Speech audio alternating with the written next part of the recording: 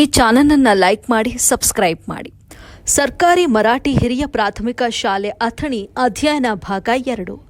ಅಥಣಿ ತಾಲೂಕಿನ Athani ಪಟ್ಟಣದಲ್ಲಿರುವ police station ಎದುರಿಗೆ ಇರುವ ಸರ್ಕಾರಿ ಮರಾಠಿ ಹಿರಿಯ ಪ್ರಾಥಮಿಕ ಶಾಲೆಯಲ್ಲಿ ವರದಿ ಅಧ್ಯಯನ ಮಾಡುವ ಸಮಯದಲ್ಲಿ ಶಾಲೆಯ ಗೋಡೆಗಳು ಯಾವಾಗ ಕುಸಿದು ಬೀಳುತ್ತದೋ ಗೊತ್ತಾಗುತ್ತಿಲ್ಲ. ಈ ಶಾಲೆಯಲ್ಲಿ ಅಂದಾಜು 200 ಮಕ್ಕಳು ವಿದ್ಯಾಭ್ಯಾಸ ಮಾಡುತ್ತಿದ್ದಾರೆ. ಈ ಸಮಯದಲ್ಲಿ ಏನಾದರೂ ಅನಾಹುತ ಸಂಭವಿಸಿದರೆ ಯಾರು ಹೊಣೆ? ಮೊದಲೇ ಮಳೆ ಸಮಯವಿದ್ದು ಶಿಕ್ಷಕರು ಮಕ್ಕಳು ಆತಂಕದಲ್ಲಿ ವಿದ್ಯಾಭ್ಯಾಸ ಮಾಡಬೇಕಾಗಿರುವಂತಹ ಪರಿಸ್ಥಿತಿಯಲ್ಲಿ ನಿರ್ಮಾಣವಾಗಿದೆ. ಇತ್ತ ವಿದ್ಯಾರ್ಥಿಗಳ ಪೋಷಕರು ದಿನನಿತ್ಯ ಮಕ್ಕಳನ್ನ ಶಾಲೆಗೆ ಕಳುಹಿಸಬೇಕಾದ್ರೆ ಓ ದೇವರೇ, ಇದೆಂಥ ಗೋಳು, ಮಕ್ಕಳಿಗೆ ಒಳ್ಳೆಯ ವಿದ್ಯಾಭ್ಯಾಸ ನೀಡಬೇಕು ಅಂತ ನಾವಂದುಕೊಂಡ್ರೆ ಇಲ್ಲಿ ಸರ್ಕಾರಿ ಶಾಲೆಯ ಸ್ಥಿತಿ ಹೀಗಾಗಿದೆ.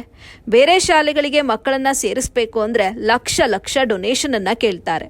ಮೊದಲೇ ಕೆಲಸ ಕಾರ್ಯವಿಲ್ಲದೆ ಸರ್ಕಾರದ BPL ಕಾರ್ಡ್ನ ಆಧಾರದ ಮೇಲೆ ನ್ಯಾಯಬೆಲೆ ಅಂಗಡಿಯಲ್ಲಿ ಅಕ್ಕಿ ಬೇಳೆಯನ್ನ ಕೊಂಡುಕೊಂಡು ಜೀವನವನ್ನ ನಡೆಸ್ತಾ ಇದ್ದೇವೆ.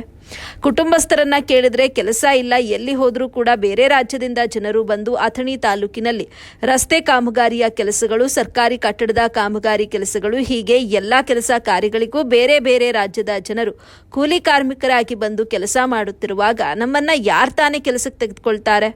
ಒಂದು ವೇಳೆ ಕೆಲಸಕ್ಕೆ ತೆಗೆದುಕೊಂಡ್ರು ದಿನಗೂಲಿಯಾಗಿ ಕಡಿಮೆ ಸಂಬಳವನ್ನ ನೀಡ್ತಾರೆ. ಅದೇ ಹಣದಿಂದ ಕುಟುಂಬವನ್ನ ನಿರ್ವಹಣೆ ಮಾಡಬೇಕಾದ್ರೆ ತುಂಬಾನೇ ಕಷ್ಟಕರವಾಗುತ್ತೆ. ಅದರ ಭಾಗವಾಗಿ ಸಾಲಗಾರರ ಕಾಟ ಬೇರೆ.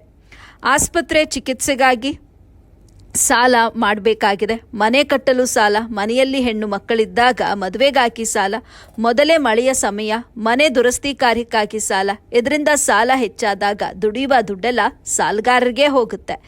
ಏನಾದರೂ ನಮ್ಮ ಭವಿಷ್ಯದಲ್ಲಿ ನಮ್ಮ ಮಕ್ಕಳು ಒಳ್ಳೆಯ ಶಾಲೆಯಲ್ಲಿ ಒಳ್ಳೆಯ ಶಿಕ್ಷಣ ಪಡೆದು ಸರ್ಕಾರಿ ನೌಕರರಾದರೆ ಮುಂದೆ ಕಷ್ಟ ದೂರವಾಗಬಹುದು ಎಂಬ ಕನಸು ಈಗ ಕನಸಾಗಿಯೇ ಉಳಿಯುತ್ತದೆ.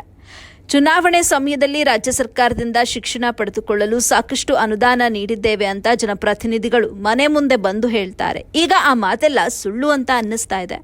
ಯಾಕಂದ್ರೆ ಸರ್ಕಾರಿ ಶಾಲೆಗಳ ಸ್ಥಿತಿ ನೋಡಿದಾಗಲೇ ನಮಗೆ ಗೊತ್ತಾಗುತ್ತದೆ. ಹೀಗಾಗಿ ಮಕ್ಕಳ ಮೇಲಿನ ಆಸೆ ತ್ಯಜಿಸಿ ಮಕ್ಕಳನ್ನ ಎಲ್ಲಾದರೂ ಬೇರೆ ರಾಜ್ಯಕ್ಕೆ ಕರೆದುಕೊಂಡು ಹೋಗಿ ಜೀವನ ಮಾಡೋಣ ಎಂಬ ಪರಿಸ್ಥಿತಿ ಅಥಣಿ ಕ್ಷೇತ್ರದಲ್ಲಿ ನಿರ್ಮಾಣವಾಗಿದೆ. ಹಿಂದೆ ಒಂದು ಬಾರಿ ಶಾಲೆಯ ಮಕ್ಕಳಿಗೆ ಸೈಕಲ್ಗಳು, ಬಟ್ಟೆಗಳು, ಸ್ಕಾಲರ್ಶಿಪ್ ಅಂತ ಸಾಕಷ್ಟು ಸೌಲಭ್ಯಗಳಿಂದ ಸರ್ಕಾರ ನೀಡುತ್ತಾ ಇತ್ತು. ಇದರಿಂದ ನಮಗೆ ಲಭ್ಯವಾಗ್ತಾ ಇತ್ತು ನೆಮ್ಮದಿ ಕೂಡ. ಈ ಕಾಂಗ್ರೆಸ್ ಸರ್ಕಾರದಿಂದ ಮಾತಿನಲ್ಲೇ ಮಾತ್ರ ಅನುದಾನ ಲಭ್ಯ ಎಂಬಂತಾಗಿದೆ. ಇದೇ ಅಥಣಿ ತಾಲೂಕಿನ BO ಸಾಹೇಬ್ರು ಯಾಕೆ ಸರ್ಕಾರಿ ಶಾಲೆಗಳ ಕಡೆ ಮುಖ ಮಾಡಿ ನೋಡ್ತಾ ಇಲ್ಲ? ಸರ್ಕಾರದಿಂದ ಬಂದ ಅನುದಾನದ ಹಣವನ್ನ ಶಾಲೆಯ ಹೆಸರಿನಲ್ಲಿ ಇವರೇ ನುಂಗಿ ನೀರು ಕುಡಿಯುತ್ತಿದ್ದಾರೋ ಏನೋ ಎಂಬಂತ ಅನುಮಾನ ಮೂಡುತ್ತಿದೆ. ಈ ಸಂಪೂರ್ಣ ವಿಷಯವನ್ನ ಮುಂದಿನ ಭಾಗದಲ್ಲಿ 3ನೇ ಅಧ್ಯಯನದಲ್ಲಿ ಹೇಳಿಕೊಳ್ಳೋಣ. ಅಲ್ಲಿವರೆಗೂ ಕಾದು ನೋಡಿ.